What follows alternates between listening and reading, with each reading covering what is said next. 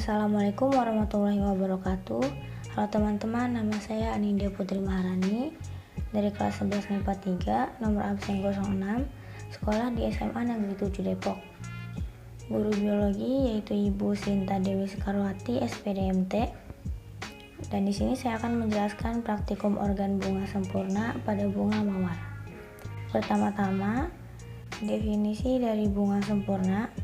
Berdasarkan alat reproduksinya, bunga ini dibagi menjadi dua kelompok, yaitu bunga sempurna dan bunga tidak sempurna.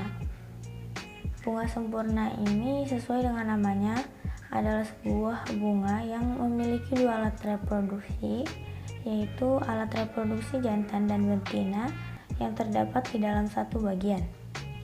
Bagian-bagian bunga sempurna. Yang pertama di sini ada kelopak bunga. Kelopak bunga merupakan bagian paling luar berwarna hijau seperti daun atau kecoklatan. Bagian ini berfungsi melindungi mahkota pada saat kuncup. Kelopak bunga akan membuka pada saat mahkota bunga mekar sempurna. Sebenarnya, kelopak bunga merupakan modifikasi dari daun. Mahkota bunga merupakan bagian paling mudah dikenali karena berukuran besar dan berwarna mencolok.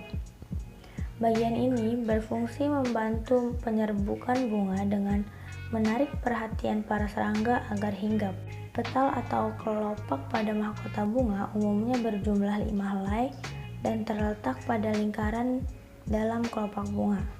Tetapi pada bunga mawar sendiri jumlahnya lebih dari 5 helai.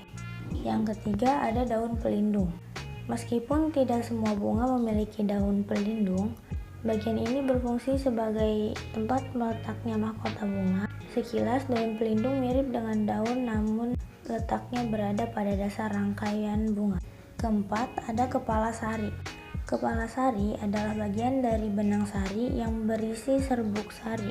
Ketika serbuk sari menempel pada kepala putik, maka akan terjadi pembuahan. Kepala sari untuk menyimpan serbuk sari, polen atau serbuk sari untuk penyerbukan, dan filamen atau rangkai sari untuk membantu proses reproduksi. Ketika serbuk sari menempel pada kepala putik, maka akan terjadi pembuahan. Yang kelima ada batang sari. Yang kelima ada benang sari. Bunga memiliki dua organ reproduksi yaitu putik dan benang sari.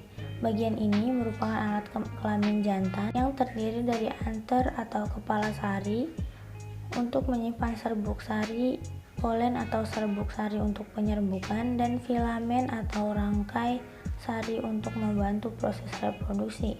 Benang sari bekerja dengan cara mikrosporangium dan spora haploid, yaitu pelepasan serbuk sari dengan bantuan agen penyerbukan seperti angin, air, atau serangga. Kemudian serbuk sari menempel pada putik bunga yang sama atau lainnya.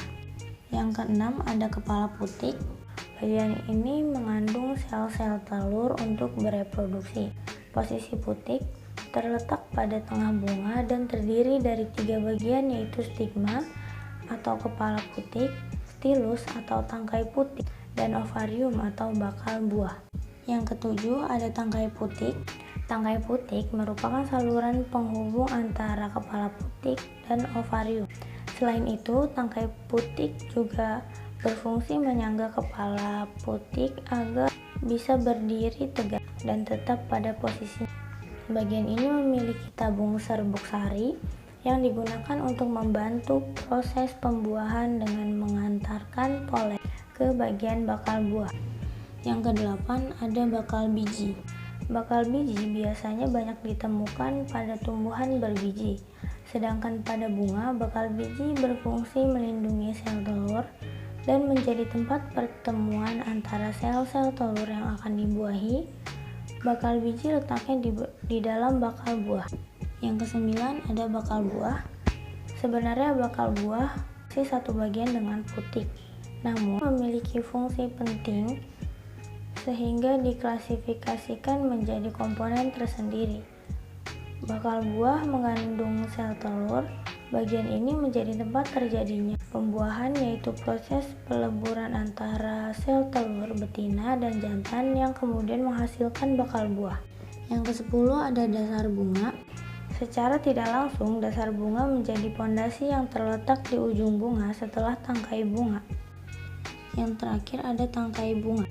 Sama seperti dasar daun, tangkai berfungsi menyokong dan sebagai penghubung antara bunga dengan ranting. Tangkai bunga memiliki ukuran diameter yang berbeda-beda sesuai dengan jenisnya. Beberapa tangkai bunga berbentuk merambat atau majemuk. Hal ini biasanya dikondisikan sesuai dengan lingkungan hidup bunga. Sekian penjelasan praktikum organ bunga sempurna pada bunga mawar. Terima kasih. Wassalamualaikum warahmatullahi wabarakatuh.